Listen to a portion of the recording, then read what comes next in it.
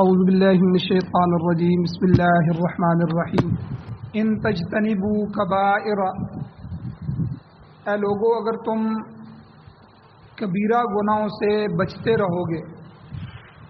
کون سے کبیرہ گناہ؟ ما تنہون عنہ، جن سے تم کو روکا گیا ہے۔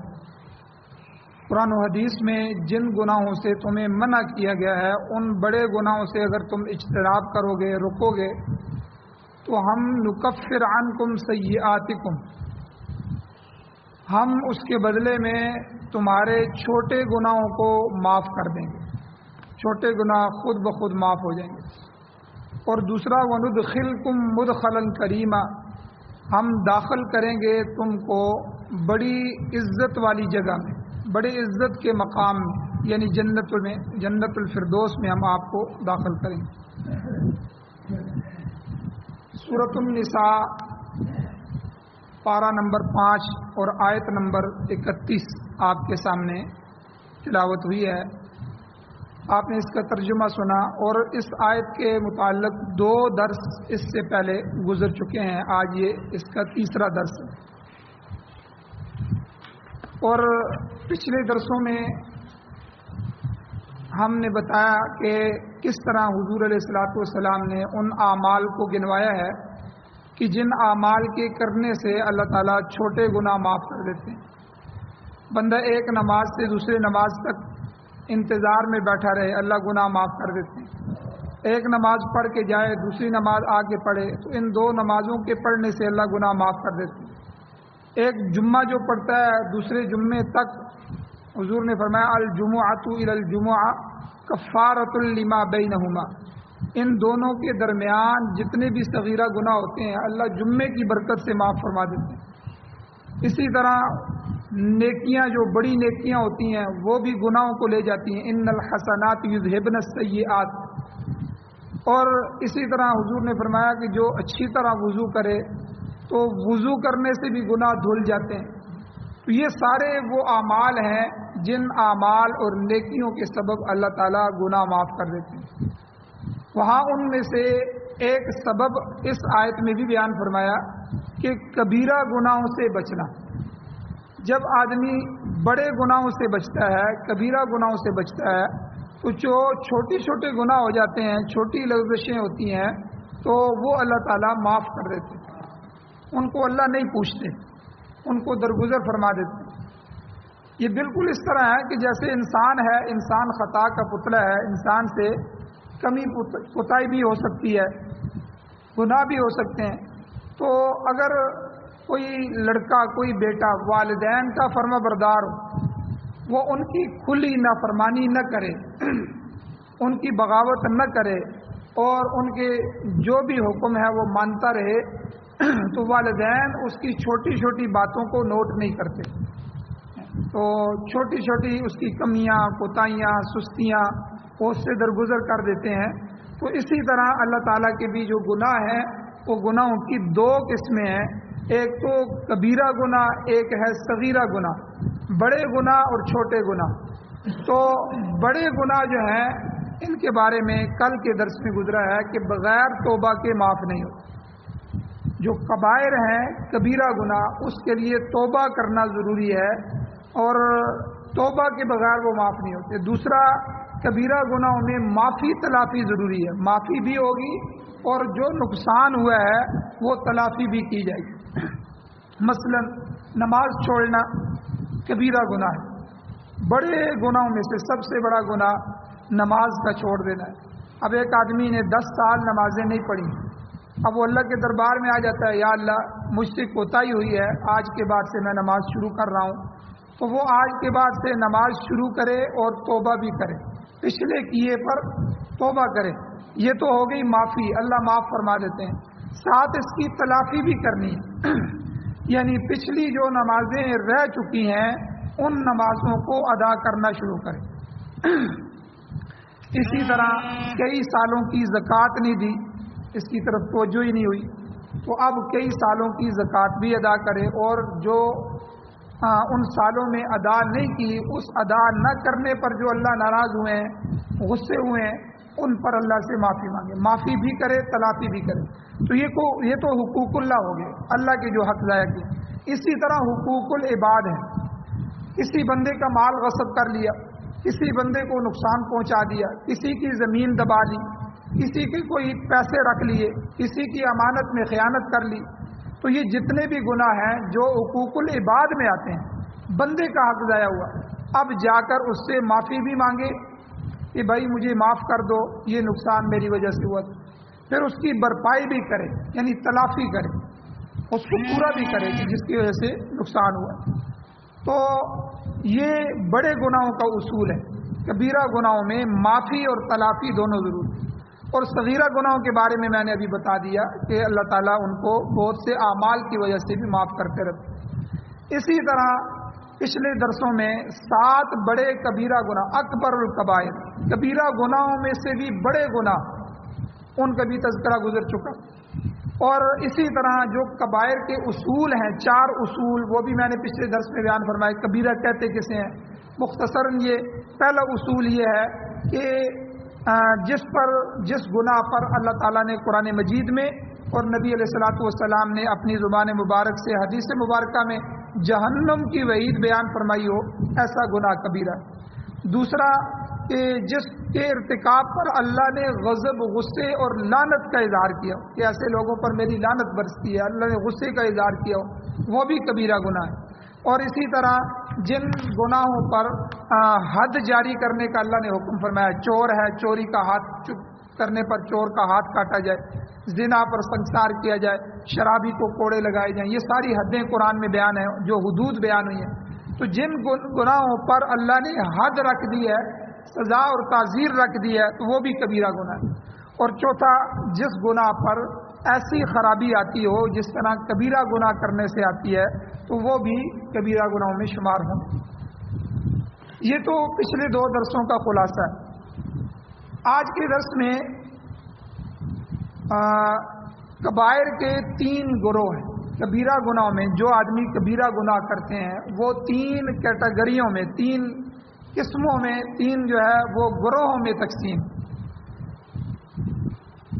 مفسرین قرآن بہت سے گزرے ہیں جنہوں نے قرآن مجید کی تفسیر لکھی ہے، ان میں سے ایک مفسر گزرے ہیں حضرت قاضی ثناء اللہ پانی پتی رحمۃ اللہ علیہ۔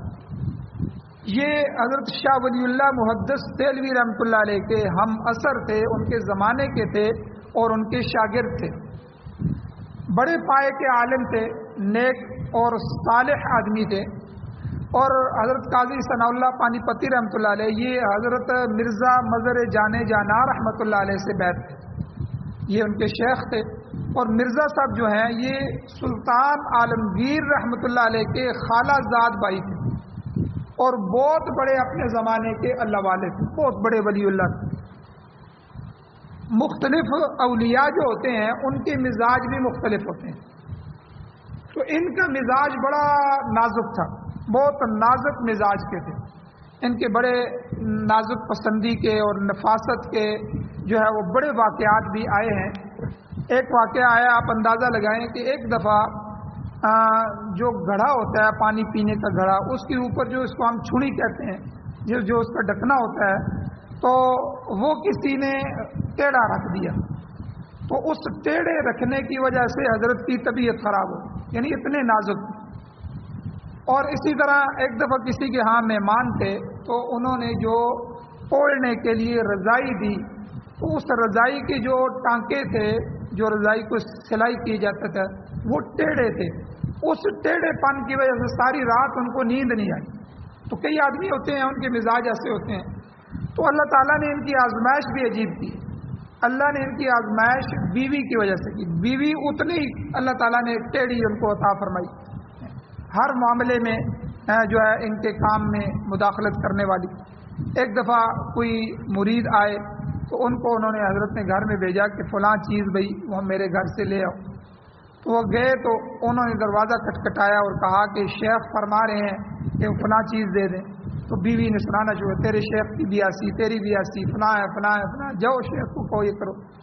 تو یعنی وہ بڑا پریشان ہوا، تو اس نے آ کے شیخ سے شکایت کی کہ حضرت آپ جو ہیں بڑے اللہ والے ہیں اور اتنے لوگ آپ سے مستفید ہو رہے ہیں، اللہ نے کتنے لوگوں کو، ہزاروں لوگوں کو ہدایت دی ہے، ہدایت کے راستے پر آپ کے ذریعے اللہ نے چلا دیا ہے، تو آپ کی بیوی ایسی ہے، آپ اس کو طلاق کیوں نہیں دے دیتے، آپ اس کو چھوڑ کیوں نہیں دیتے؟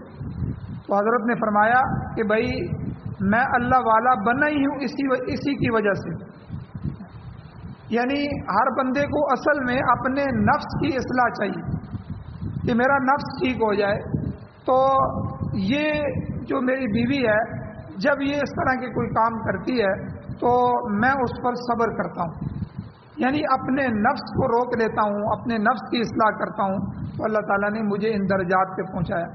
اور دوسری بات یہ ہے کہ اگر یہ میرے نکاح میں ہے تو اگر میں طلاق دے دیتا ہوں تو کسی دوسرے کو نقصان ہوگا، تو اس لیے اسی نقصان کو میں ہی برداشت کر لیتا ہوں۔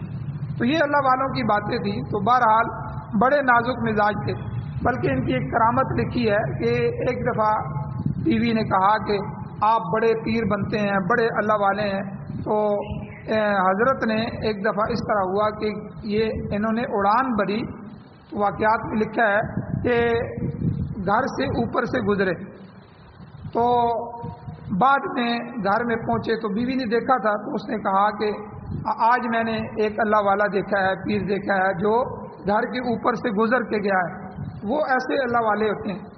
تو انہوں نے کہا کہ اللہ کی بندی وہ میں ہی تھا۔ بیوی کہنے لگی اچھا، اسی لیے ٹیڑھے ٹیڑھے ہو کے چل رہے یعنی ایسی بیوی اللہ نے دی تھی، تو اس کی وجہ سے اللہ تعالیٰ نے بڑی اصلاح فرمائی۔ تو کئی دفعہ ایسا ہوتا ہے کہ اللہ تعالیٰ اصلاح کے بھی بڑے اسباب پیدا فرماتے ہیں۔ تو یہ جو قاضی ثناء اللہ پانی پتی رحمۃ اللہ علیہ تھے، تو بہت بڑے مفسر قرآن تھے، بہت بڑے اللہ والے تھے۔ یہ حضرت مرزا مظہر جان جانا رحمۃ اللہ علیہ کے بیت تھے، یہ ان کے شیخ تھے۔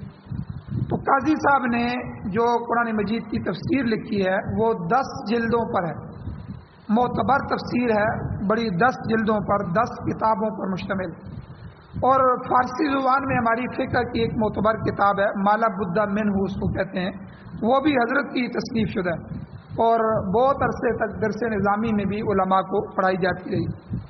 اور آپ اتنے بڑے عالم تھے کہ 4 صدی ہجری میں ایک عالم گزرے ہیں، امام بہقی رحمۃ اللہ علیہ، بہت بڑے عالم تھے، محدث تھے، تو بڑی احادیث کو لکھنے والے تھے، تو آپ کو بھی اپنے زمانے کا امام بہقی کہتے تھے۔ تو اسی طرح سنن کبریٰ جیسی عظیم کتاب بھی لکھی ہے۔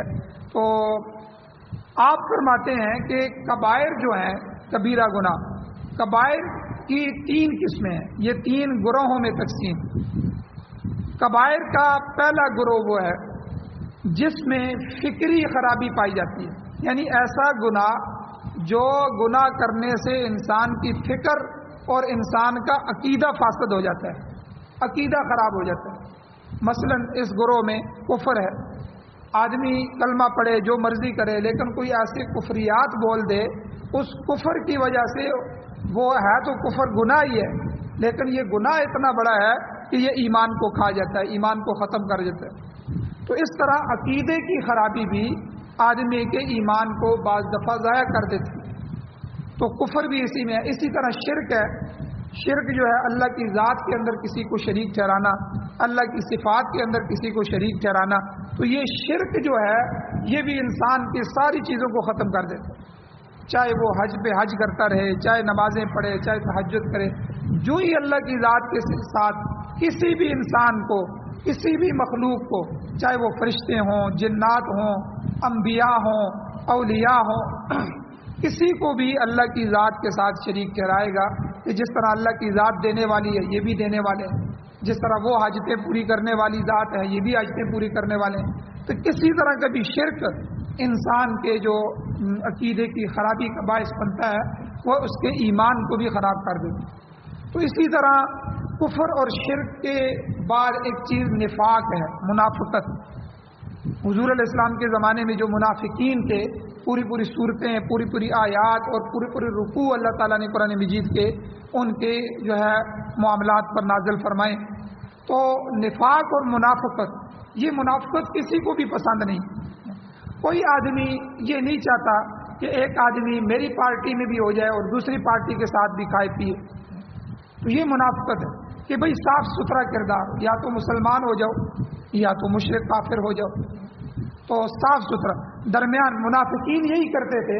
قرآن مجید میں شروع میں ہی اللہ تعالیٰ نے فرما دیا کہ وَإِذَا لَقُوا الَّذِينَ آمَنُوا، جب ایمان والوں سے ملتے تو کہتے قَالُوا آمَنَّا، بادشاہ ہم تو ایمان والے ہیں، دیکھو ہم نے کلمہ نہیں پڑھا، حضور کے پیچھے ہم نمازیں نہیں پڑھتے، آپ کے ساتھ ہم بیٹھتے نہیں ہیں، تو ہم تو یہ سارے کام کرتے ہیں، ہم ایمان والے۔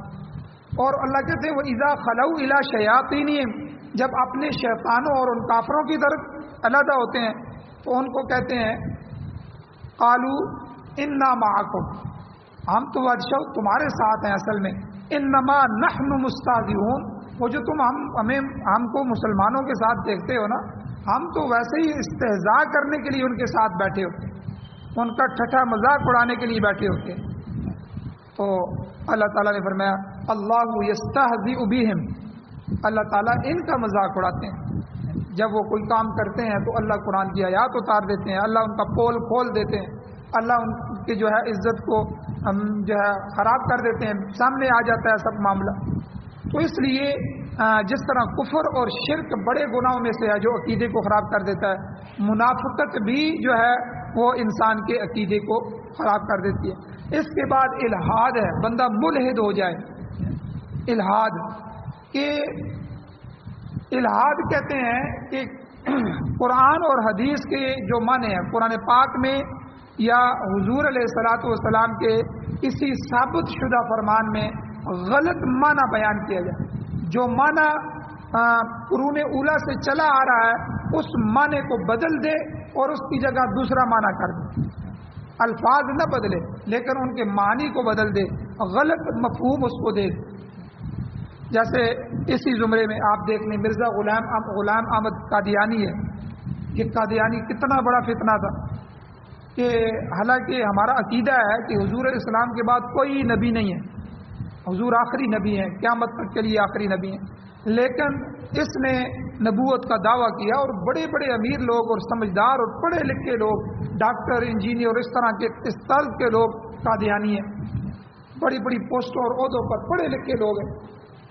تو اب اس نے کیا کیا؟ دھوکہ دیا، اس نے قرآن کے الفاظ نہیں بدلے، اس نے معنی بدل دیا، الحاد، ملحد اور زندیق بن گیا۔ تو اب معنی کیا بدلا؟ جیسے قرآن مجید میں آتا ہے خاتم النبیین، حضور علیہ الصلوۃ والسلام اللہ تعالیٰ کے نبیوں کو ختم کرنے والے ہیں، نبیوں کے سلسلے کو ختم کرنے والے ہیں، آپ خاتم النبیین ہیں۔ اب اس کا معنی یہی آ رہا ہے۔ اب خاتم کا ایک معنی ہوتا ہے ختم اللہ علی قلوبہم، اللہ نے ان کے دلوں پر مہر لگا دی۔ عربی زبان میں ایک ایک لفظ کے کئی دفعہ کئی معنی ہوتے ہیں۔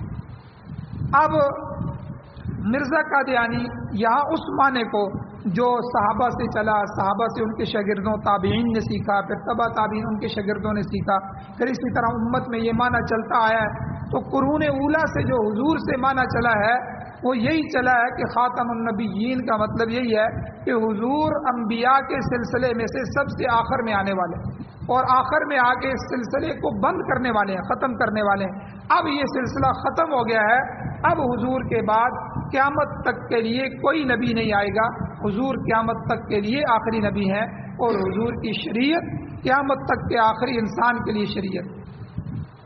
لیکن اب مرزائیوں نے قرآن کے الفاظ نہیں بنے، وہ یہی پڑھتے ہیں اور پڑھتے ہوئے کہتے ہیں جی کہ ہم قرآن پڑھ رہے ہیں، دیکھو نا، اور آدمی بھی حیران ہوتا ہے بھئی قرآن بھی صحیح پڑھ رہے ہیں، اور کہتے ہیں معنی ہم اس کا یہ لیتے ہیں کہ اب خاتم النبیین حضور جو ہے نبیوں کے اوپر مہر لگانے والے، کہتے ہیں ہم بھی مانتے ہیں حضور آخری نبی ہیں، اب حضور کے بعد ڈائریکٹ کوئی نبی نہیں آئے گا، اب جتنے نبی بھی آئیں گے حضور علیہ السلام کی مہر سے آئیں گے، جس نبی پر بھی حضور مہر لگائیں گے وہ نبی بنتا جائے گا۔ تو اسی لیے انہوں نے پھر دھوکہ دینے کے لیے کہا کہ ذلی اور بروزی نبی، ذل سائے کو کہتے ہیں کہ مرزا قادیانی حضور کا سایہ تھا، حضور کا ذل تھا، بروز تھا۔ تو بہرحال اس طرح کی اصطلاحیں کر کے دین کے اندر غلط معنی پہنا کے لوگوں کو برباد کر دیا۔ اور اسی طرح ابھی ہم پہلے اس بارے میں تلاوت بھی ہوئی وبالآخرۃ هم یوقنون، کہ ایمان والے آخرت پر یقین رکھتے ہیں۔ اب یہ معنی ہے، امت سے یہی معنی چلا آ رہا ہے آخرت کا، ہر بندہ یہی معنی جانتا ہے کہ بھئی آخرت کا معنی یہ ہوتا ہے کہ دنیا کا آخری دن، دنیا کا آخری دن ہوا، دنیا ختم ہوئی تو آخرت قائم ہو گئی، یہی معنی ہے آخرت کا۔ لیکن یہاں جو ہے مرزا قادیانی نے معنی یہ کیا ہے کہ پیچھے سے آیت جو چلی آ رہی ہے کہ ایمان والوں کی صفات، والذین یؤمنون بما انزل الیک، اے نبی کہ ایمان والے وہ لوگ ہیں جو ان کتابوں پر ایمان لاتے ہیں، انزل الیک جو کتاب آپ پر نازل ہوئی یعنی قرآن مجید، وما انزل من قبلک اور ان کتابوں کو بھی مانتے ہیں جو آپ سے پہلے اتری ہیں۔ مسلمان سارے تورات کو بھی مانتے ہیں، زبور کو بھی مانتے ہیں، انجیل کو بھی مانتے ہیں کہ یہ اپنے اپنے زمانے میں اپنے اپنے انبیاء پر نازل ہوئی ہیں، تو یہ ایمان والوں کی صفات ہے۔ آگے اللہ نے ایک صفت اور ذکر فرمائی، وبالآخرۃ هم یوقنون، اور آخرت کے دن پر وہ یقین رکھتے ہیں۔ اب مرزا قادیانی اس کا معنی کیا کرتے ہیں؟ وہ کہتے ہیں کہ ایمان والوں کی صفت یہ ہے کہ وہ اے نبی اس کتاب پر ایمان لاتے ہیں جو آپ پر نازل ہوئی ہے، ان کتابوں کو بھی مانتے ہیں جو آپ سے پہلے نازل ہوئی ہیں نبیوں پر، اور وہ بالآخرۃ هم یوقنون، اور ایک آخری نبی آنے والا ہے اس کا تو وہ یقین کرتے ہیں۔ اب دیکھیں آخرت کا معنی آخرت سے بدل کے آخری کر دیا کہ اب پہلی کتاب آپ پر اترنے والی کتاب بھی آ چکی ہے، اس پر بھی ایمان لاتے ہیں، پہلی کتابوں کو بھی مانتے ہیں۔ اب ایک کتاب اور ایک نبی آخر میں ایک اور آنے والا ہے جس کا وہ یقین کرتے ہیں، اب بالکل معنی بدل دی۔ تو اس طرح ان لوگوں نے قرآن کے اور حدیث کے معنوں کو بدل کے الحاد کا شکار ہو۔ اسی طرح مرزا قادیانی کے ساتھ ساتھ مولوی عبداللہ چکرالوی، یہ ابھی 30-35 سال پہلے قریب کے زمانے میں یہ گزرا ہے، اس نے حدیث کا انکار کر دیا۔ حدیث بیان کرتے کرتے اس نے آخر حدیث کا کہ بھئی حدیث کا ذخیرہ ہے ہی نہیں، ہمیں حدیث کی ضرورت ہی نہیں ہے، قرآن ہمارے لیے کافی ہے۔ اسی طرح منکرین حدیث کا فتنہ ہمارے زمانے میں اب بھی موجود ہے، تو کیپٹن مسعود الدین جو ہے یہ کراچی سے اٹھا، اس نے ایک فتنہ، اس نے کہا کہ بھئی حدیث کی ہمیں کیا ضرورت ہے، حضور کی ہمیں ضرورت ہی نہیں ہے۔ اب اس نے لوگوں کے ذہنوں کو دیکھے کس طرح خراب کرتے ہیں۔ انہوں نے کہا کہ بھئی دیکھو حضور تو ڈاکیا تھے، یعنی ڈاکیا ڈاک لے کے آتا ہے، اس کی بڑی اہم ذمہ داری ہوتی ہے کہ بھئی جس کی ڈاک ہو اس تک ڈاک پہنچاؤ۔ اب اصل میں اللہ کا پیغام قرآن تھا، وہ حضور لے کے آئے اللہ کا قرآن، اب وہ ایک ڈاک کی طرح ہماری تک پہنچا گئے ہیں۔ اب ہم ڈاکیے سے تو نہیں کہتے نا بھئی خط کو کھولو، خط پڑھ کے سناؤ، پھر اس کے ہمیں معنی بتاؤ کہ اس خط میں یہ جو لکھا ہے اس کا کیا مفہوم ہے، اس سے مراد کیا ہے۔ اب جو ہے وہ اسی طرح لوگوں نے کہا واقعی بات تو یہی ہے بھئی ڈاکیے سے تو ہم نہیں پوچھتے، تو انہوں نے کہا کہ ہمیں حضور سے کیا پوچھنے کی ضرورت ہے کہ آپ ہمیں بتائیں، قرآن کہتا ہے اقیموا الصلاۃ، نماز پڑھو، اب نماز کا معنی بھی آپ بتائیں، اس لیے ہمیں حدیث کی ضرورت نہیں ہے۔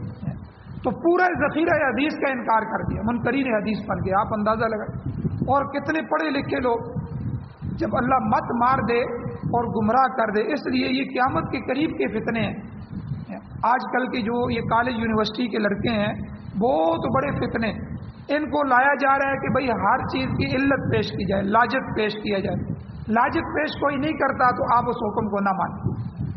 حالانکہ یاد رکھیں قرآن اور حدیث میں اللہ نے ہر آیت کے بعد تقریباً اللہ نے کہا میں ان اللہ علیم حکیم، میں جاننے والا ہوں، میں حکمت والا ہوں، میرے حکموں میں حکمتیں تلاش کرتے ہو، میرے جاننے پر تمہیں اعتماد نہیں ہے، میں علم والا ہوں، سارا علم میرے پاس۔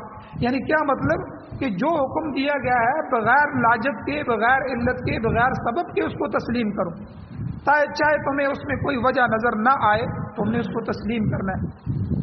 تو لیکن ان لوگوں نے لوگوں کو اس طرح دھوکہ دیا۔ اچھا، مرزا قادیانی نے شروع میں جو میدان بنایا نبوت کے لیے، حالانکہ مسلمان نیا نبی ماننے کے لیے تیار نہیں ہے، اور پہلے جو مسلمان تھے وہ تو ہم سے بہت زیادہ ایمان میں پکے تھے، تو اس نے ایک عجیب لوگوں میں باتیں شروع کی۔ شروع میں ابتدا میں اس نے کہا کہ دیکھو بھائی کہ نبوت جاری ہے، حضور علیہ الصلوۃ والسلام کی جو نبوت ہے ہم یہ بات مانتے ہیں کہ حضور قیامت تک کے لیے نبی ہیں، تو جب نبوت جاری ہے تو وہی کو کیوں بند کر دیا گیا؟ وہی بھی ہر زمانے میں جاری ہونی چاہیے۔ اب لوگوں نے کہا کہ واقعی یار بات تو لاجک سمجھ آ رہی ہے، اب جو لاجک کے پیچھے پڑ جاتے ہیں نا وہ گمراہ ہو جاتے ہیں۔ بھئی لاجک سمجھ آ رہا ہے کہ واقعی یار اگر نبی اسلام کی نبوت جاری ہے تو وہی کا سلسلہ کیوں روک دیا گیا ہے؟ وہی بھی تو جاری ہونی چاہیے۔ تو اس نے کہا کہ پھر وہ میں حضور کا سایہ ہوں، اللہ نے مجھے نبی بنا دیا ہے، اب نبوت تو حضور کی چلے گی لیکن وہ جو وہی ہوگی وہ میرے ذریعے چلے گی۔ آپ دیکھیں لوگوں کو گمراہ کر دیا۔ تو اس لیے یہ جو عبداللہ چکرالوی جیسے لوگ تھے انہوں نے جو ہے، اور سر سید احمد خان، یہ جو اس کو بڑا پوجا جاتا ہے، اس نے انگریز، کیونکہ انگریزی کالج بنائے تھے سر سید، انگریز کے زمانے میں انگریز کی بڑی خدمت ہو گئی تھی تو انگریزیت کو ترویج دی تھی، تو اسی لیے اسکول کالجوں میں ان کی تصویریں بھی لگی ہوتی ہیں۔ تو سر سید احمد خان جو ہے تو یہ ایسا بگڑا کہ اس نے قرآن حکیم کی غلط تفسیر کی اور بد عقیدگی کے اندر، انتہائی گمراہیوں کے اندر چلا گیا۔ اس کے عقیدے بھی لکھے ہوئے ہیں۔ اور اسی طرح یہی حال ہمارے جو ہے موجودہ زمانوں کے جو یہ انجینئر، مرزا انجینئر، یہ جیلم والا جیلمی اور اس طرح کے جو لوگ ہیں جن کو مستشرقین کا فتنہ بھی کہتے ہیں، جو اسکول کالج یونیورسٹی خالی پڑھ لیتے ہیں پھر آ کے بیٹھ کے قرآن و سنت کی تشریح تفسیر شروع کر دیتے ہیں اور لوگوں کو عجیب طریقے سے صحابہ کا دشمن بنایا جا رہا ہے۔ کبھی امیر معاویہ رضی اللہ عنہ اعتراض، اور لوگ جو ہے وہ اس طرح نوجوان صحابہ اکرام کے خلاف زبانیں نکال رہے ہیں۔ جو بھی سنتا ہے اب ایسے ایسے لاجک پیش کیے جا رہے ہیں۔ تو اب ایک ہندو نے لاجک پیش کیا، دیکھیں اگر ہم لاجک کے پیچھے چلے جائیں گے تو ہمارا تو کچھ بھی نہیں بچے گا۔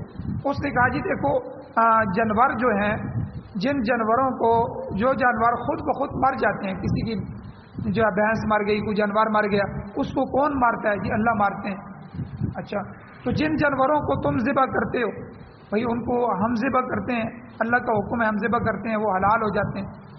تو اس نے لاجک پیش کیا کہ بھائی پھر دیکھو کہ جو جانور اللہ مار دیتے ہیں اس کو تم حرام کہتے ہو، جن جانوروں کو تم مارتے ہو ان کو تم حلال کہتے ہو، یہ کتنی عجیب بات ہے، لاجک سمجھ نہیں آ رہا۔ اب وہ لوگ گمراہ ہو گئے، انہوں نے کہا یار باقی بات تو یہی ہے، جو اللہ کا مارا ہوا ہے اس کو ہم کہتے ہیں یہ حرام ہو گیا، اور جس کو ہم ذبح کر دیتے ہیں اس کو ہم کہتے ہیں یہ حلال ہو گیا۔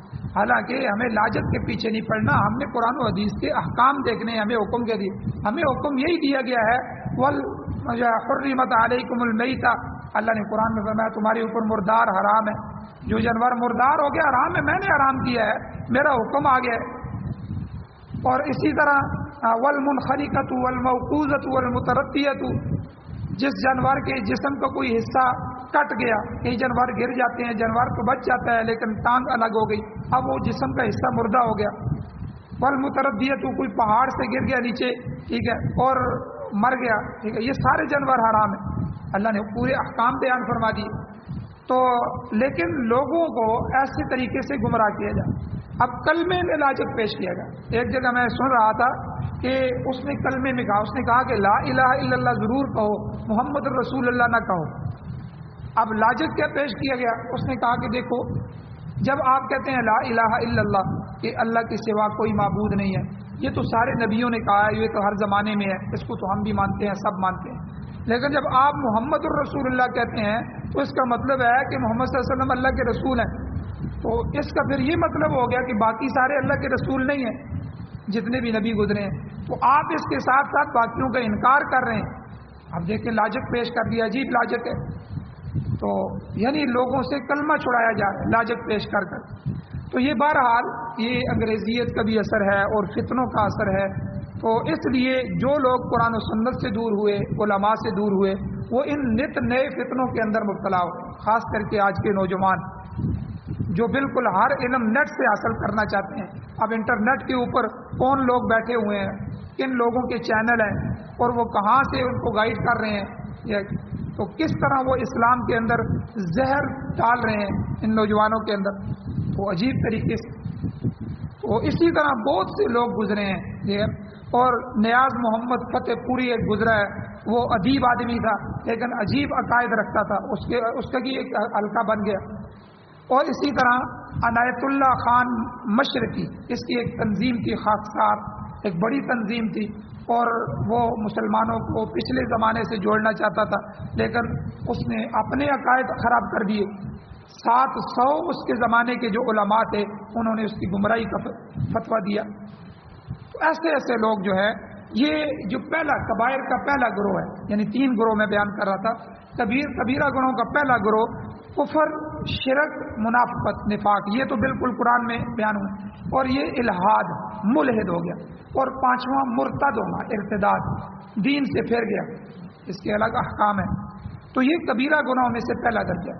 دوسرا درجہ کبیرہ گناہ کا ظلم اور تعدی کا ہے، کہ انسان کے ساتھ اس کا تعلق ہے، دونوں، کسی انسان نے کسی کی جان لے لی، حقوق العباد کے اندر بات آ جاتی ہے، بندے کا بندے کے ساتھ معاملہ ہوا، اب یہ بھی گناہ ہے، یہ ظلم اور تعدی کے ساتھ تعلق رکھتا ہے۔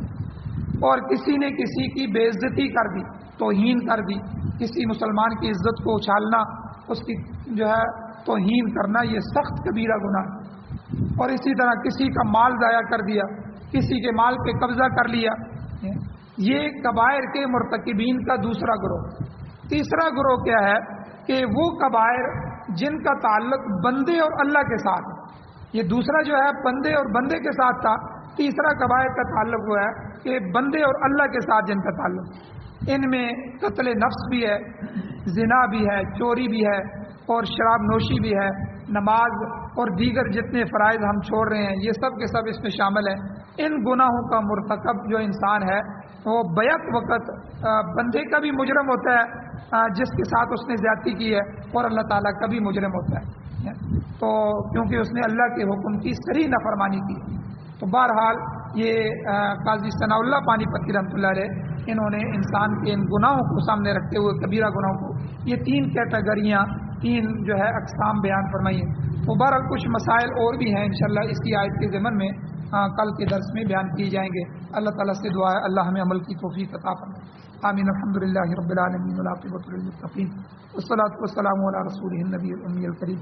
یا اللہ ہماری کمیوں کوتاہیوں کو معاف فرمائیے، درگزر فرمائیے، صغیرہ کبیرہ گناہوں کو معاف فرمائیے۔